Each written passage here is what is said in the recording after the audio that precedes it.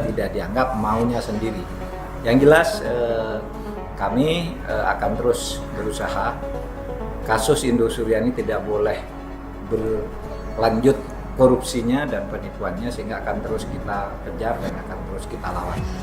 Syederalun Mahfud MD selaku Menteri Koordinator Bidang Politik, Hukum, dan Keamanan atau Menko Polhukam menyampaikan bahwa pemerintah akan melakukan segenap upaya menindaklanjuti kasus koperasi simpan pinjam Indosuria.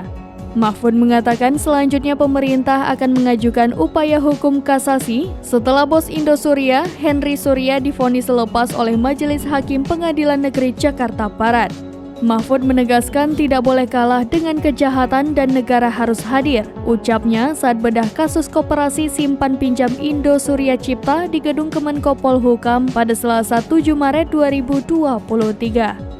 Kemenko Polhukam terang Mahfud juga akan mengerahkan sejumlah ahli hukum dari berbagai universitas untuk bedah kasus putusan hakim.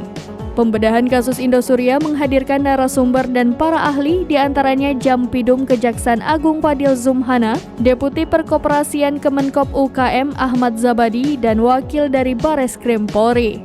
Mantan Ketua Mahkamah Konstitusi itu mengatakan satu di antara hasil eksaminasi adalah hampir semua pakar hukum yang dihadirkan menilai putusan onslak atau lepas yang dijatuhkan hakim kepada Henry Surya keliru.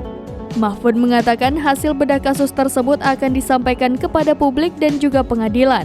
Hal tersebut katanya dilakukan agar pemerintah tidak dianggap maunya sendiri. Mahfud menegaskan pemerintah akan tetap berusaha memberikan rasa keadilan kepada para korban.